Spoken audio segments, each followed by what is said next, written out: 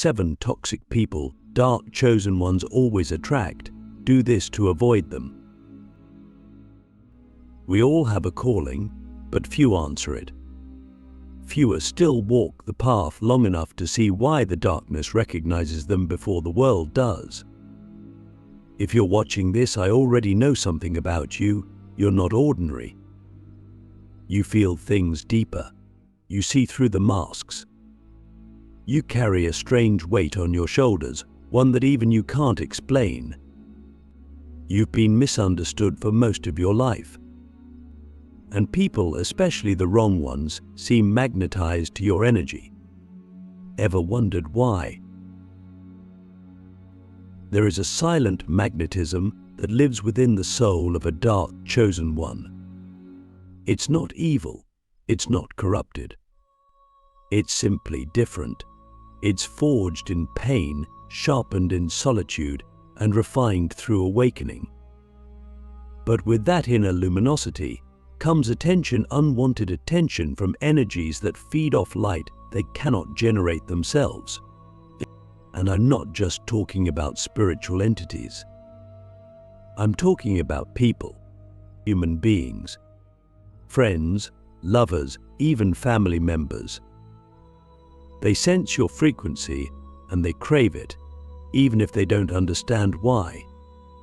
And when they get too close, they don't love you, they consume you. They mimic kindness. They mirror your depth. But they're not here to grow with you, they're here to extract from you. Click subscribe to this channel to get more profound spiritual lesson. Let me ask you something deep. Have you ever felt more drained after helping someone than before you met them? Like no matter how much you gave, it was never enough. Like they left you emptier, not fuller, even when you loved them deeply. That's not random. That's spiritual economics. You're giving gold to those who only know how to spend, not invest. The first toxic type we attract is the victim who never heals. Now, don't misunderstand this. We all go through suffering, and healing is not linear. But these people don't want healing. They want attention. They want your empathy on loop. They want to keep reliving their trauma because it gives them identity. And you being the empath, the healer, the light bearer, you fall into their orbit. You think, if I just love them enough, maybe they'll finally feel safe. But they don't want safety. They want to keep playing the role. Why? Because healing would mean taking responsibility. And responsibility requires transformation. You're not their savior, you're their spotlight. They want your light, but they don't want to change. So you end up exhausted, confused, and questioning your own worth. The second type is the narcissistic mirror. These people are dangerous because they don't come in darkness. They come dressed in your reflection. They study your values, your language, your goals. At first, it feels like you've met your twin flame, someone who gets it. But they're not mirroring your soul. They're replicating your vibration to gain your trust. And once they're in, they begin to slowly dismantle you. They gaslight. They belittle. They twist the truth so subtly that you begin to question your own reality. You stop trusting your intuition. You dim your own light just to keep the peace. And by the time you realize what's happening, you're a shell of the person you were. But here's the truth, they never loved you. They loved your energy. They loved your power. And when they couldn't control it, they tried to destroy it. Why do we attract these people? Because we are mirrors too. We show others who they could be. And for the broken ones who refuse to heal, that's unbearable. For the manipulators, it's irresistible. You represent potential they're too afraid to awaken within themselves. So they try to pull you down to their level. And if you're not conscious, if you're not spiritually fortified, you mistake their attention for love. You mistake their brokenness for depth. But not all wounds are sacred. Some are just open doors for parasites. Now, here's where it gets even deeper. Toxic people don't just show up randomly. They're summoned by your frequency. Not because you're weak, but because you're ascending. Every time you level up spiritually, your vibration shifts. And when that shift happens, two things occur. You attract higher connections, but you also become visible to hidden forces that want to test your growth. Think of it like this: when a candle is lit in a dark house, every moth in the room begins to fly toward it. You didn't call them. You didn't want them. But your light made you visible, and visibility comes with responsibility. So how do we protect ourselves? It's not by shutting down. It's not by becoming cold or distrusting. The answer is boundaries. Boundaries are not walls. They are doors with locks. They don't keep love out. They keep manipulation out. You must be willing to say no without guilt. You must be willing to walk away from people you love if they refuse to grow. You must choose your peace over their approval. Because here's the truth: if someone truly values you, they will honor your boundaries. If they only value what you give them, they will be offended by your boundaries. That's how you know. Another type we attract is the competitor wearing a friend mask. They act like your ally. They celebrate your wins until your light gets too bright. Then the compliments turn into critiques.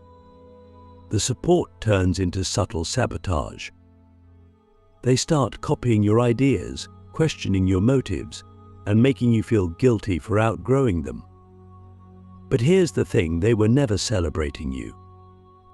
They were celebrating their proximity to your power.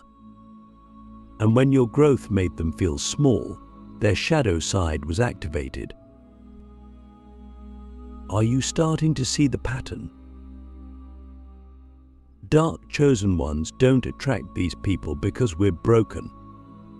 We attract them because we're whole in a way that terrifies others. We reflect what they suppress. We embody the freedom they've never tasted. And that freedom is a threat to their control-based identity. So they try to tame us, dim us, break us. But they can't unless we let them. This is why inner work is non-negotiable. Meditation, solitude, shadow work. But these are not luxuries. They're survival tools. Because when you understand your own darkness, no one can weaponize it against you. When you know your worth, no manipulator can devalue you. And when you stand in your truth, the energy vampires can't feed on you anymore. So I ask you again, who in your life drains your spirit, but wears the mask of love? Who do you feel obligated to rescue, even though they've shown no desire to rise? And deeper still, what part of you still believes you must suffer to be worthy of love? That's the real question. But when you begin to answer it honestly, the toxic ones lose their grip. The illusions fall away. And what remains is something sacred, something indestructible, your authentic, sovereign self. And that, my friend, is the self the world needs. The silent war: why darkness follows light in human form.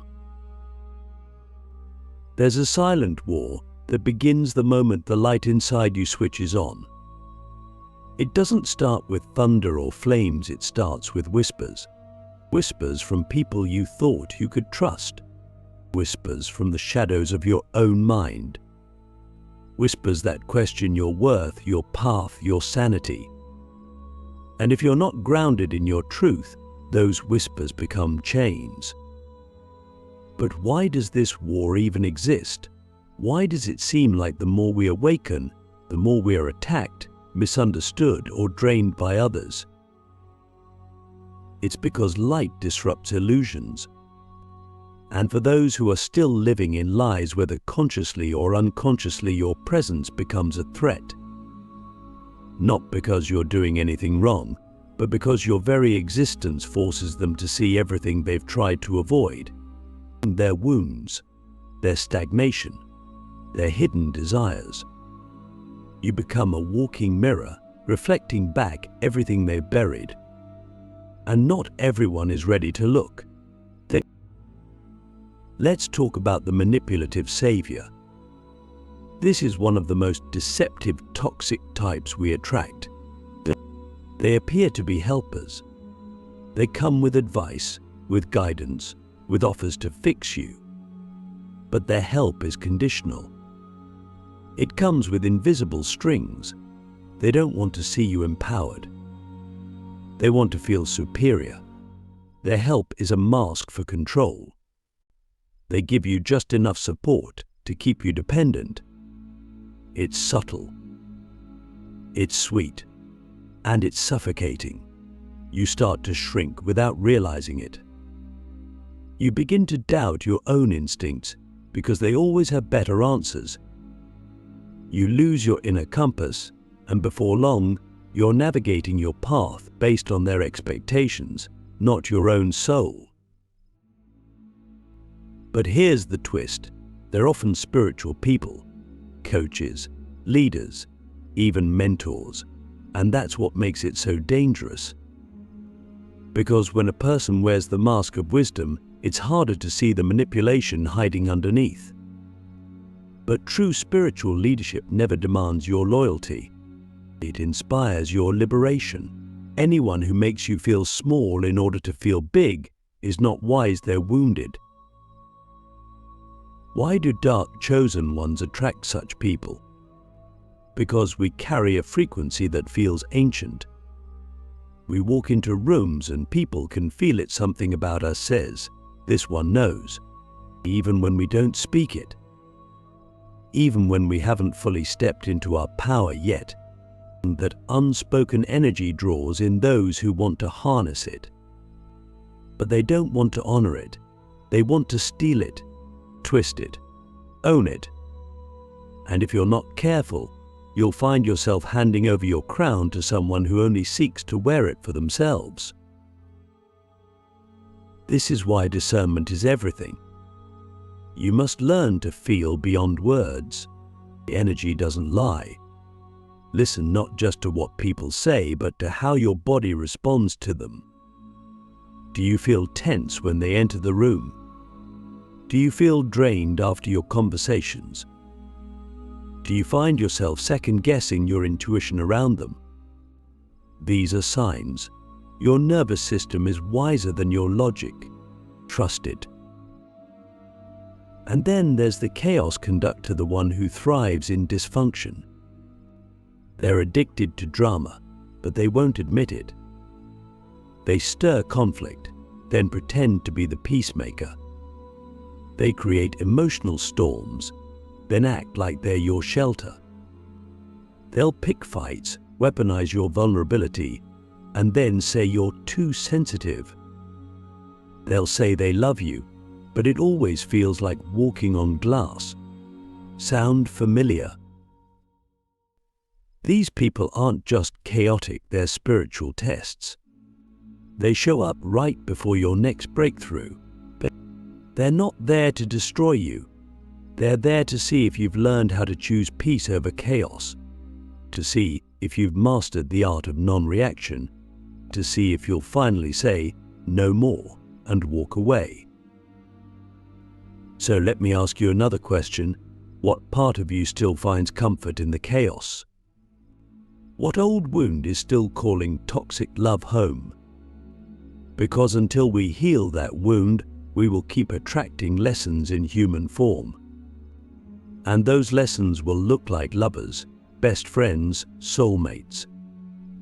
But they're not here to stay. They're here to teach. And if you don't learn, the lesson gets louder. The pain gets deeper. The betrayal cuts sharper.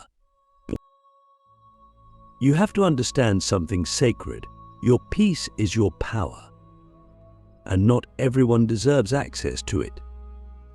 Not everyone has earned a seat at your table. Just because someone comes from your past doesn't mean they belong in your future. Just because someone cries, apologizes, or promises to change doesn't mean they've done the inner work. You must become a master of energetic boundaries. Because being a dark chosen one isn't about being open to everyone, it's about being true to yourself, even when that means walking alone. And yes, sometimes that path gets lonely, but loneliness isn't your enemy. In fact, it's the gatekeeper to your power. It's in that silence, that solitude, that you finally meet your true self. And once you've met them, once you've stood in the fire of your own soul, no toxic person can ever dominate you again. The alchemy of isolation, turning loneliness into spiritual weaponry. But there comes a moment on the path of every dark chosen one when the noise of the world fades, and all that remains is the echo of your own breath in a room no one else can enter. It feels like abandonment. It feels like grief. But in truth, it is initiation. But the universe strips you bare not to punish you, but to prepare you. Because before a soul can wield true light, it must survive the dark. Not just the dark of others, but the darkness within itself. What most people call loneliness, the awakened call purification. Isolation is not a curse for the dark chosen, it is the forge. This is where the old identities burn. This is where the false selves die. This is where the noise of validation, attention, and approval is silenced, and in its absence, you meet someone you've been avoiding your whole life, your true self. It's in that silence that you begin to notice patterns not just in others, but in yourself. You begin to see how many toxic people you tolerated because you were afraid of being alone. You start to realize how often you confused chaos with chemistry, how often you mistook emotional intensity for love, how many times you stayed in places that dimmed you from just to feel needed. That's the hard truth most don't want to face. Sometimes we attract toxic people not because we're victims, but because we haven't yet healed the parts of us that believe love must come with suffering. And so the isolation comes. The universe pulls you back, not to break you, but to rewire you, and to detox your energetic field, to teach you the most sacred lesson of all, that you are enough without the noise, without the applause, without the company. That your worth is not dependent on how many people want you, but on how deeply you want to know yourself. But here's the magic. Once you stop fearing the solitude, it becomes your sanctuary. You begin to hear things, divine things. Your intuition sharpens. Your vision clears. Your energy becomes sovereign. And in that sovereignty, something radical happens. The toxic ones stop finding you. Not because they disappeared, but because you no longer emit the frequency that called them in. You see, every relationship, every encounter, every entanglement is based on frequency. When you heal, your frequency shifts. When you no longer need validation, you stop attracting manipulators. When you no longer fear abandonment, you stop attracting people who test your worth. When you no longer sacrifice your truth to keep the peace, you stop attracting chaos disguised as love. This is the alchemy of isolation. It transforms your wounds into wisdom. It turns your longing into power. It takes the broken, scattered parts of you and forges them into a weapon not to harm others, but to protect your peace, your purpose, your path. But the world doesn't teach us this. The world fears the lone wolf. It celebrates the crowd, the noise, the constant connection. But let me tell you something most will never say. The most powerful people you will ever meet are the ones who learned how to be alone without collapsing. The ones who sat in their pain and didn't run. The ones who faced their shadow and didn't flinch.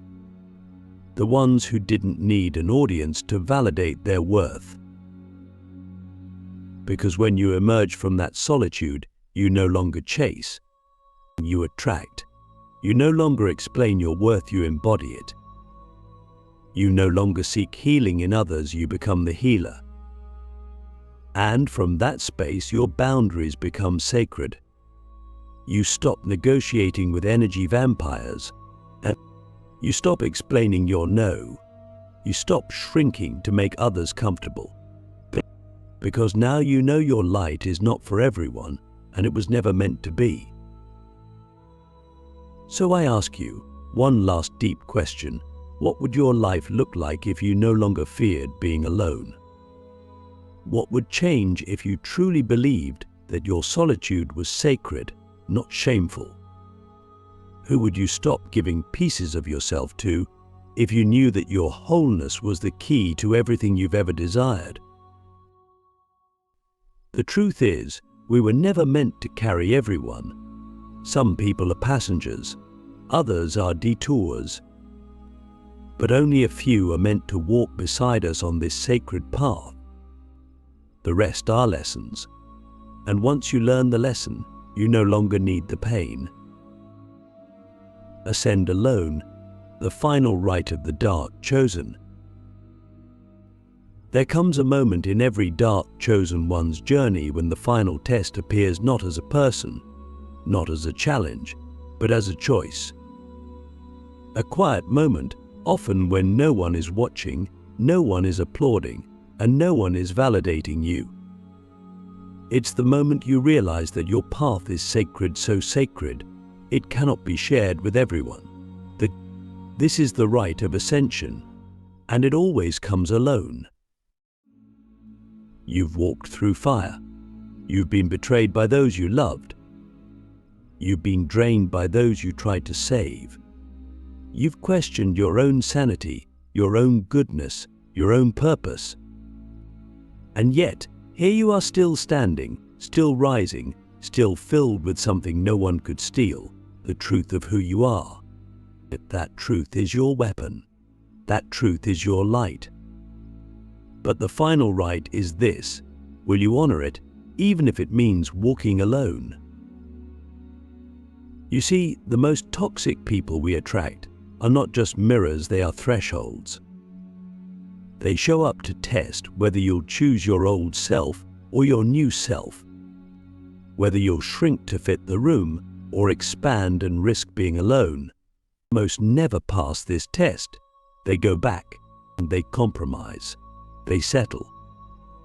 But if you're truly chosen, if the fire inside you refuses to die, you'll walk forward, even when your voice shakes, even when your hands tremble, even when the world calls you crazy. Because the true purpose of this journey was never about attracting the perfect people. It was about becoming the person who no longer needs to be rescued. It was about remembering that your soul came here with a mission, and no amount of love, loss, or loneliness can take that from you. You are not here to be liked. You are here to be light. And light, by its very nature, exposes everything that hides in the dark. So let the toxic ones fall away. Let the old wounds close, but let the silence remain, if it must. Because on the other side of that silence is something sacred: peace, integrity, power, and above all, freedom. freedom from the chains of needing approval, freedom from the cycle of fixing others, and freedom to be fully, radically, unapologetically you. This is the final right. You don't ascend by being surrounded. You ascend by being sovereign. And when you finally choose you fully, fiercely, faithfully, everything that is meant for you will rise to meet you. This is the path of the dark chosen. And now you know how to walk it.